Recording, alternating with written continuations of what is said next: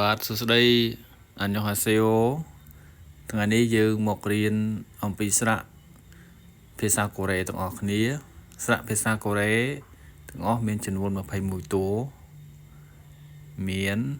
អាយ៉ាអូយ៉អូយ៉ូអ៊ូយូអ៊ឺអ៊ីអែយ៉ាអេយេវ៉ាវ៉េវ៉េវ៉វ៉េវីអ៊ុយ